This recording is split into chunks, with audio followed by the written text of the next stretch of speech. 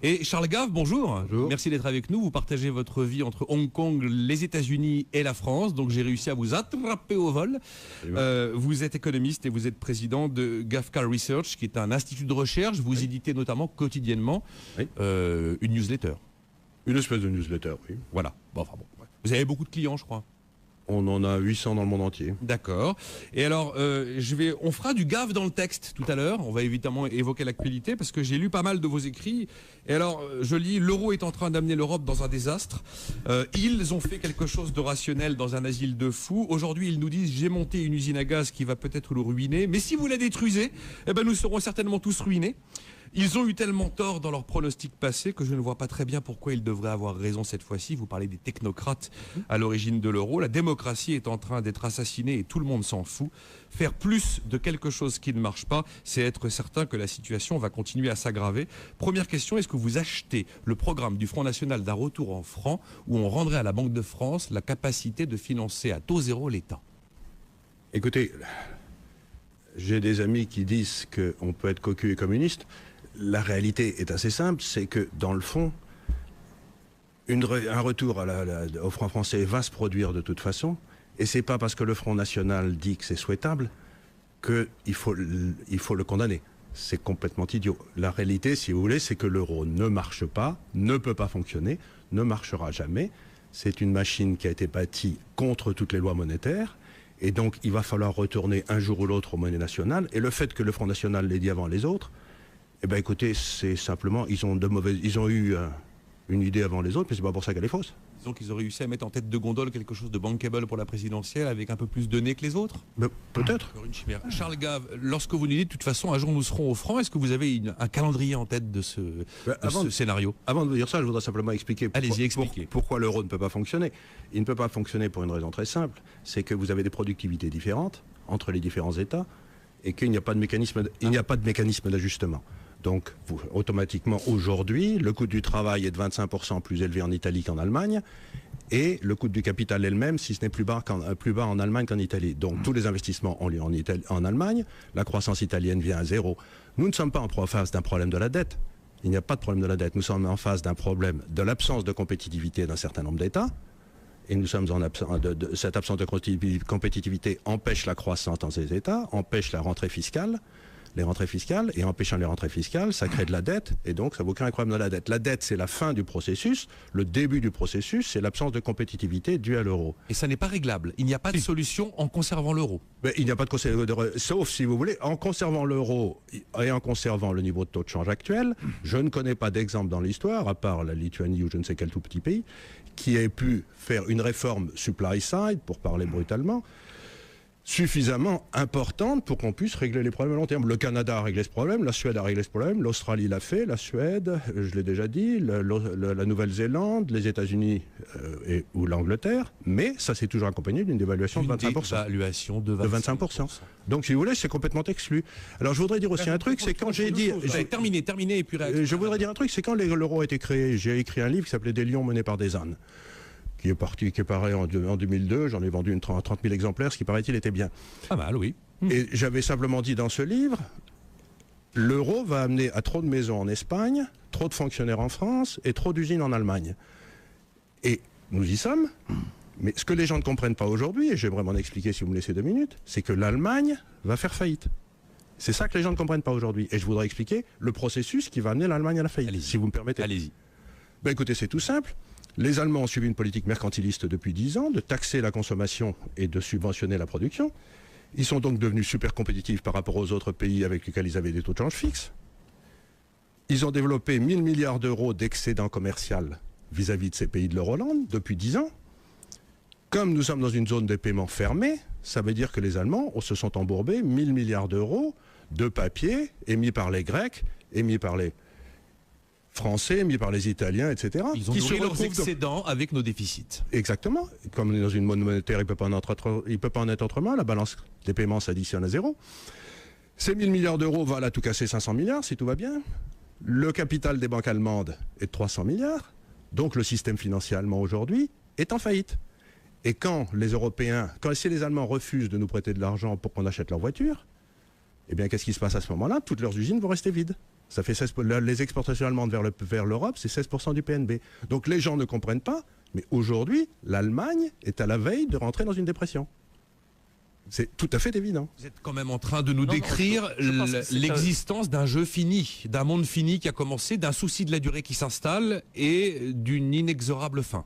Je pense que, pour juste conclure là-dessus, un des gros problèmes de l'économie mondiale et de l'économie européenne, c'est que les vieux sont au nord et les jeunes sont au sud, alors qu'autrefois, dans l'évolution économique, les vieux et les jeunes étaient à peu près sur les mêmes territoires. Les jeunes au sud ne sont pas des Européens. J'entends bien, oui. Ils ne sont pas du tout des Européens. Ne nous trompons pas. L'Europe du Sud a, quand je dis le sud, une démographie démographique. Oui, absolument. C'est l'Europe musulmane qui est dans le sud. Réaction à la Madeleine. On gave l'inflation qui nous sauve tous. Non, c'est une plaisanterie. Si vous voulez, l'euro est un mécanisme qui a permis de bloquer les deux prix les plus importants dans un système économique, c'est-à-dire le taux d'intérêt et le taux de change, dont tous les autres prix viennent. Je ne plaide en rien pour un financement de la dette française par la Banque centrale française. Je ne plaide en rien pour l'inflation. Je dis simplement, je veux qu'il y ait des prix libres. Des prix libres. Je veux que la Banque de France continue à faire son boulot. Je veux que le prix du franc français corresponde à la productivité des Français et qu'il n'y ait pas d'intervention, que ce soit pour faire baisser le franc, pour créer Ce n'est pas en détruisant la monnaie que vous allez créer de la richesse. C'est une idée complètement farfelue et fausse. Vous parlez comme si c'était fait déjà. Oui. Vous parlez comme si c'était fait. C'est inévitable. Aujourd'hui, si vous voulez, l'Italie a un taux de croissance de 0% sur les 10 dernières années. Elle emprunte à 6 ou à 7. Si vous empruntez à 7, vous investissez à 0 et que vous avez 125% de dette par rapport au PNB, en l'espace de 7 ans, votre dette devient 240. Donc, si vous voulez, le système aujourd'hui, la France emprunte à 4 ou à 3,5 et elle a un taux de croissance de 1,5. Le système aujourd'hui est dans une trappe à dette d'anthologie. Je parle comme Keynes, la bonne vieille trappe à dette, où le taux d'intérêt est de 500 points de supérieur au taux de croissance. Et bien, ça ne tient pas. Faut-il le sauver? Y a-t-il une chance de le sauver? Est-ce que ce qui a été fait est une avancée? Comment lisez-vous l'histoire qui s'écrit sous nos yeux? Écoutez, aujourd'hui, vous avez la moitié des États européens qui sont en faillite, 40% de chômage chez les jeunes en Espagne, un taux de chômage qui n'a jamais été aussi élevé en Europe depuis 1948, des marchés financiers qui sont complètement bloqués, un écroulement de nos systèmes bancaires, puisqu'on les a forcés à acheter des obligations qui ne valaient rien en disant qu'une obligation grecque valait la même chose qu'une obligation allemande. Donc on a manipulé le droit pour forcer les banques à acheter des choses qui ne valaient rien. Vous vous trouvez dans un désastre financier sans précédent. Nous mettons en risque la croissance mondiale dans son ensemble. Et vous me dites, est-ce qu'il faut continuer ça? Je vous dis, est-ce qu'il faut continuer la ligne Maginot? J'ai longtemps dit que l'euro, c'était une ligne Maginot, qu'on allait se retrouver avec les Allemands à Paris, et que c'est simplement quand les Allemands seraient à Paris qu'on se rendrait compte que la ligne Maginot était un désastre. L'euro est une ligne Maginot, c'est une manœuvre défensive pour empêcher la domination de l'Allemagne sur l'Europe.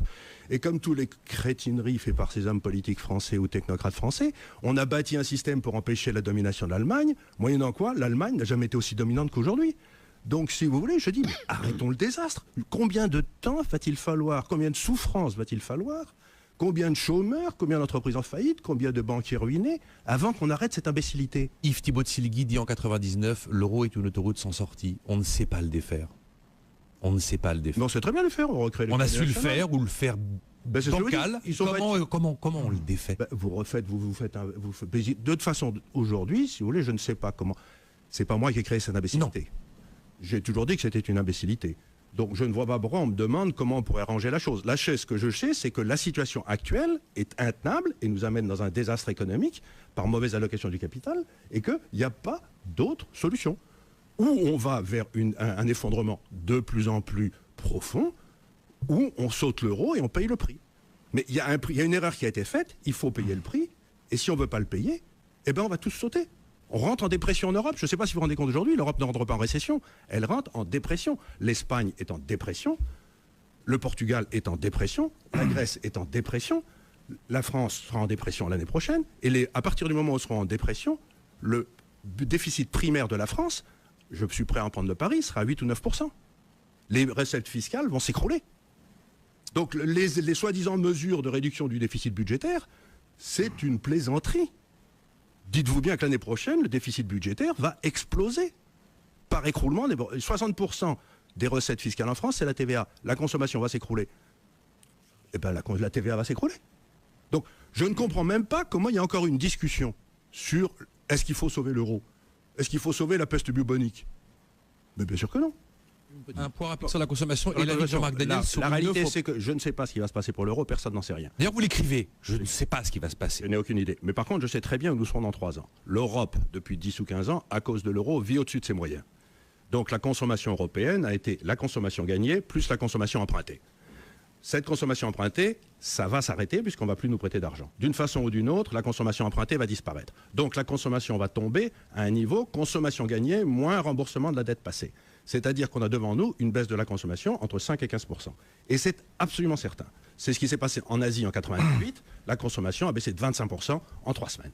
Et donc quand elle indique que la consommation c'est stable, la consommation c'est stable s'il n'y a pas de rupture. Or là, nous avons devant nous une rupture qui arrive. Vous écrivez dans le Figaro le 15 septembre, oui, il ne va plus y avoir d'argent, ce qui d'après mes calculs devrait se passer entre 2014 je suppose que la consommation... Est-ce que fondamentalement, si l'euro plantait, c'est pas l'ensemble de la planète qui plante finalement? Le risque systémique souverain n'a-t-il pas atteint un paroxysme absolument inédit? Je n'ai jamais vu un retour de la liberté contre la technocratie se traduire par autre chose que par un progrès. Donc, si vous voulez, quand les gens me disent il faut maintenir un système abominable, technocratique, parce que sans ça, on va sauter, ce sont les Attali de ce monde qui se trompent sur tout depuis 40 ans. Quand le mur de Berlin est tombé, c'était une bonne nouvelle. C'était pas une mauvaise nouvelle. Il y avait une technocratie qui crevait. Et bien, quand une technocratie crève, c'est toujours une bonne nouvelle. Est-ce que vous vous êtes déjà trompé, Charles Gave? Très souvent. Très souvent. Mais par contre, je me suis toujours trompé quand les chiffres, je me suis mis à croire soit les politiques, soit les banquiers. C'est les 2 raisons pour lesquelles je me suis toujours trompé. Soit je croyais un politique, soit les banquiers me disaient quelque chose qui n'était pas vrai. Mais si vous voulez, en dehors de ces 2 cas de figure où je me fais enfler par des gens parce que j'y fais pas attention, sans ça, non. On dit aussi qu'on a inventé les économistes pour que les météorologues aient l'air moins bêtes, parfois. Mais moi, la différence, si vous voulez, c'est que je gagne de l'argent avec mes prédictions. Il est 9h58.